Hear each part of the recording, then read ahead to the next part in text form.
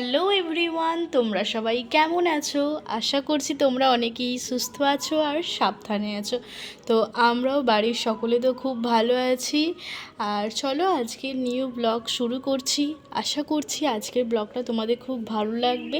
তো পুরো ব্লগটা তোমরা দেখো, স্কিপ না করে দেখবে, ভালো লাগবে। তো এখানে দিদা তো তেল দিয়েছিল, আম তেল। তো সেই তেলটাই এখানে রাখা আছে এই কাঁচের বয়ামের মধ্যে। আম তেলটাই রোদ্দুরটা এখানে পড়ে বেলার দিক করে, ওই জন্য আর রোদে দিতে হয় না। বনু তো গিয়েছিল টিউশনে, এই তো ফিরেছে। আর বনু আসলেই মুমপলা আর টুকটুক এসে গেছে, ভেবেছে মনে হয় মাছ এনেছে, কিন্তু মাছ তো আনা হয়নি। এই যে মুমপলা ওই জন্য চুপ করে বসে আছে। ওকে বলছি মুমপলা একবার তাকাতো, এই দেখো তাকালো একবার, কি সুন্দর ওকে লাগছে। আর ঘড়ির কাঁটায় এখন বাজে 10:30টার মতো।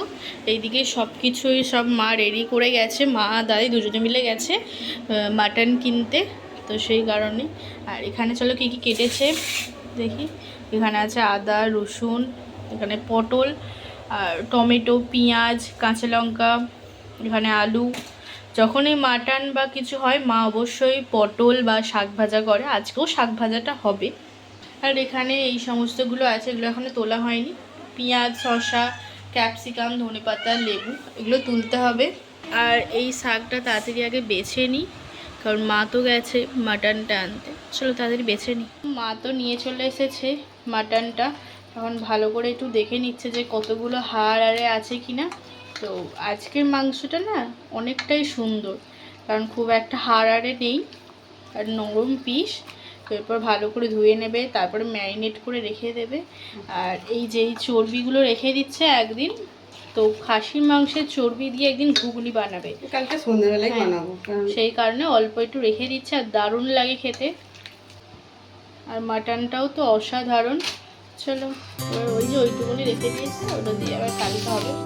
এখন যাচ্ছে টক দই, বরফ হয়ে গেছে। আর মাটনটাকে মা ভালো করে ধুয়ে নিয়েছে। তো ধুয়ে এই তো এক এক পর মশলায় মাখিয়ে মানে ওই ম্যারিনেশন করতে যা যা লাগে, লঙ্কা গুঁড়ো, হলুদ গুঁড়ো, তো দই, টক দই আর তেল দিয়ে ভালো করে ম্যারিনেশন করে ওই আধ ঘন্টার মতো রেখে দেবে। কারণ এমনিতেই ঘড়ির কাঁটায় বেজে গেছে ওই 11টা, 11:30 মতো। আর এখানে নুন দিয়ে দিল, ভালো করে এবার মাখিয়ে নেবে, মাখিয়ে আধ ঘন্টা ফ্রিজে রেখে দেবে। আর এইদিকে যা যা ওই ভাত, তারপর ভাজা যেগুলো আছে বাকি, তো ওইগুলোও করে নেবে। অনেক দিন পর আমরা কিন্তু বাড়িতে খাচ্ছি মাটন। তো রিসেন্ট খাওয়া হয়েছে প্রায় 2 মাস আগে, তো আর তারপর থেকে তো খাওয়াও হয়নি। তো অনেক দিন পর হচ্ছে আর দারুণ লাগছে। কিন্তু মা যখনই এরকম মাংস আরে মাখায় আমি অবশ্যই একটু ক্যামেরা করে রাখি। আর এদিকে দেখো, তো ওইদিকে তো মা তো আধ ঘন্টা নামিয়ে নিয়েছিল, আধ ঘন্টা পর ফ্রিজ থেকে নিয়ে ভালো করে প্রেশার কুকারে সিটি দিয়ে এখন এই তো সিটি দিয়ে কড়াইয়ের মধ্যে ভালো করে কষতে দিয়েছে। একটু ক্যাপসিকামও দেওয়া হয় যখনই মা করে। আর অসাধারণ কিন্তু সেন্ট বেরোচ্ছে। আর আজকের মাটনটা না অনেকটাই সুন্দর, কারণ পুরোটাই নরম আর সিনা পিস থেকে নিয়েছে, ওই জন্য দারুণ।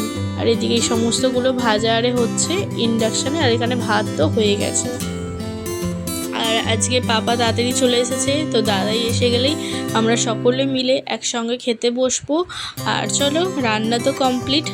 এই তো দুপুরে মাটনের লাল লাল ঝোল দিয়ে ভাত খাওয়া হবে, আর রাত্রিরে হয়তো একটু রেখে দেওয়া হবে, রুটি দিয়ে খাওয়া হবে। তো আজকে এই ছোট্ট ব্লগটাই তোমাদের সাথে শেয়ার করছি। আর মাটনটা গ্যাস কিন্তু অফ আছে, মা ওপর থেকে গরম মশলা আর ধনেপাতা দিয়ে ভালো করে একটু মিক্স করে নিচ্ছে। চলো এবার নামিয়ে নেবে, এবার খাওয়া দাওয়া আমরা আবার শুরু করব। দারুণ লাগছে মাটনটা দেখে। আজকে এই ছোট্ট একটা ব্লগ বানালাম, এরপরে একটা বড় ব্লগ আসবে, ঠিক আছে? চলো পুরো ব্লগটা আমরা সকলে বসে পড়েছি। আর অনেক কিন্তু বাসন কিন্তু পড়েছে, তো সেইগুলো আর মাজা হয়নি। তো খাওয়া দাওয়ার পরে সেই জন্য আমরা এই সোলার বাটিতে আর কাগজের প্লেটেই খেয়ে নিচ্ছি। আর এখনও দাদাই তো স্নান করতে গেছে, ও স্নান করে আসবে। আর মা এদিকে খাবার আরে বাড়ছে, তো একসঙ্গে বসে সকলে খাবো। আর আজকে মেনুতে ছিল শাক ভাজা, মিক্স শাক ভাজা ছিল, কারণ পাট শাক, আবার বাড়ি বাগানে একটু শাক ছিল, তো সেই শাক, তার সাথে আবার পটল ভাজা। আর এখানে পাপা খাচ্ছে, এখানে বনুও বসে পড়েছে। চলো খাওয়া দাওয়া এবার শুরু করি। আর মাটন এদিকে স্যালাড আরে তো ছিলই। আর দই ছিল, আবার চাটনি ছিল। দিদা যে আমগুরটা পাঠিয়েছিল তারই অল্প কিছু ছিল। তো চলো খাওয়া দাওয়া করি।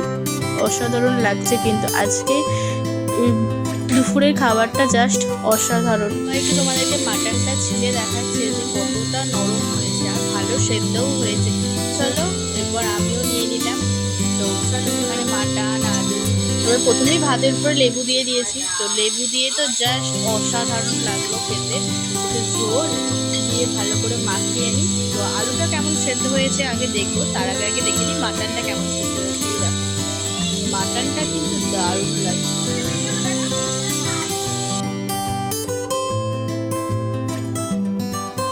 কিন্তু সেদ্ধ হয়েছে। চলো এরপর দেখে নিই আলুটা কেমন সেদ্ধ হয়েছে। তো দুপুরের কিন্তু খাবারটা জাস্ট জমে যাচ্ছে, কারণ অনেক দিন পর এইরকম ঝোল আলু মাটন খাচ্ছি, জাস্ট অসাধারণ। তো ওদিকে দাদাই মা সকলেই বসেছে। চলো তোমাদের সকলকে একবার করে দেখিয়ে দিই। সবাই মিলে বসে খাওয়ার মজাটাই আলাদা। আর আজকে এই ছোট্ট ব্লগটাই তোমার সাথে শেয়ার করলাম। আশা করছি আজকের ব্লগটা তোমাদের খুব ভালো লেগেছে। যদি ভালো লেগে থাকে অবশ্যই চ্যানেলটিকে সাবস্ক্রাইব, লাইক, শেয়ার করতে একদমই ভুলবে না। তো আজকের মতো টাটা, দেখা হচ্ছে আরও একটা নিউ ব্লগে। ততক্ষণের জন্য বাই। সকলে সুস্থ থাকবে, সাবধানে থাকবে।